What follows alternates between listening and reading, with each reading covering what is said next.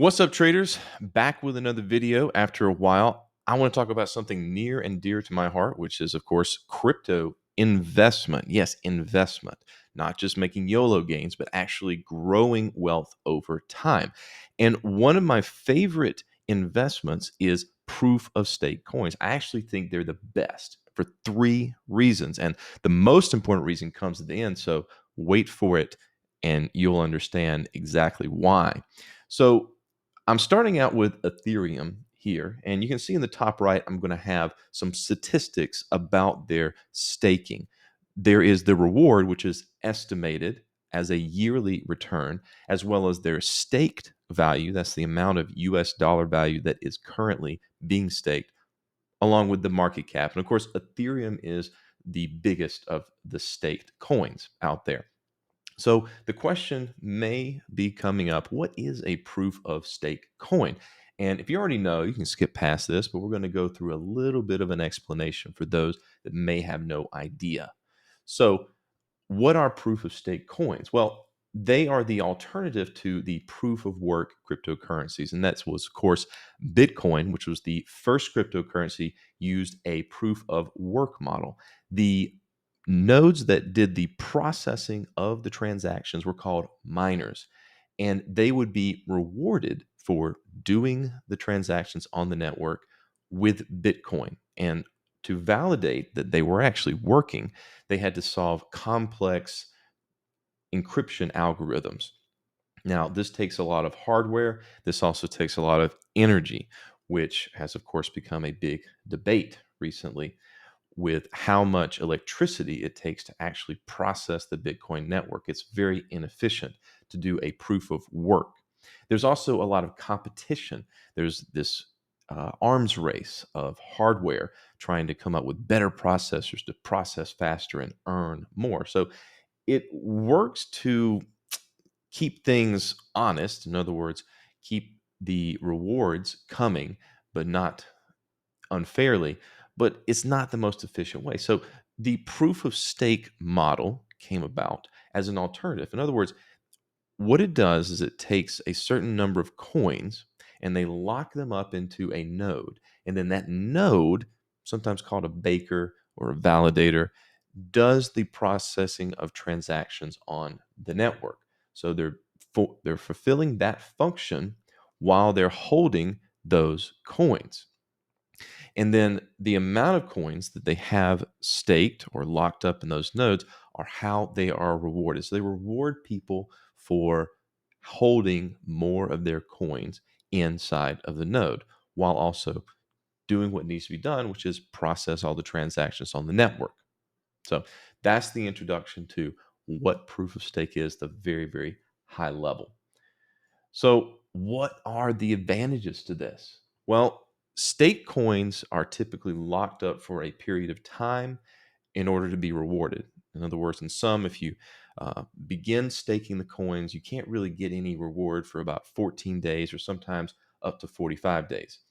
So, it encourages people to keep these coins out of circulation. That means that they don't take the coins and then convert them into US dollars or whatever other currency immediately. It means that they have to have some kind of an investment, not just financial, but also an investment in the network itself by keeping these coins from being sold, which can preserve the value of the coins. It has that effect where people are encouraged not to sell, but just to hold on to them. And of course, another big advantage is that staking creates compound returns because these reward cycles are doled out periodically, not just once a year, but every few days or every few weeks. And so you get a small percentage here, then you get a percentage on a percentage. And there's all kinds of uh, experts for years and years and years, Warren Buffett, et cetera, that extol the virtues of compound investment. And so even Einstein said it's one of the most powerful forces in the world.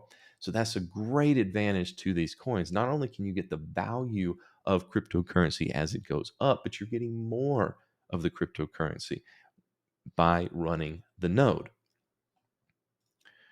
So how does someone stake?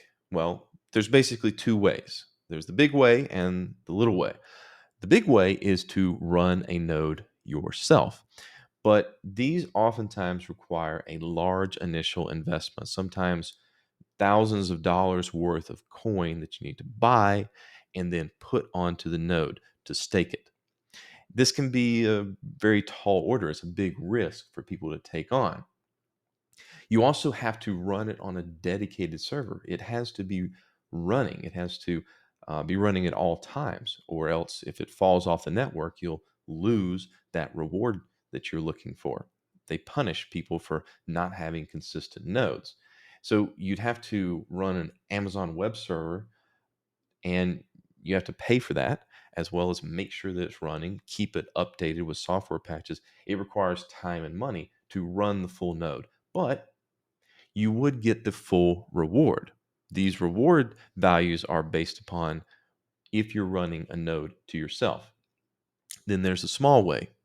You can delegate to someone already running a node, and you will get a pretty good reward, but you're, of course, paying some of that reward as a fee to the people that are running the big nodes. So if you have that initial capital investment and you want to put in the time and money to run a node, you can get that full reward. Or if you want to go the smaller way, dip your feet in, you can delegate coins that you have to another node. And most wallets that you can download and run have this as a feature where you can click a button and delegate your coins to another node that you have set. So it's pretty easy. And then you can keep it in your wallet and generating those returns, and someone else is doing the work.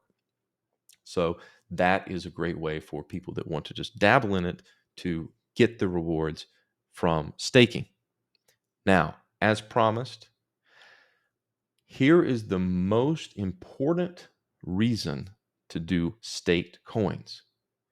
And I have learned this over the years that I have been watching cryptocurrency and talking to people that are also in it.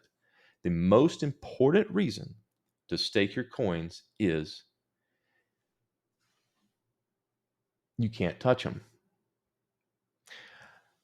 Anecdotally, I have friends and acquaintances that have been invested in trading and knowledgeable of cryptocurrency for a decade, a long time, as long as me.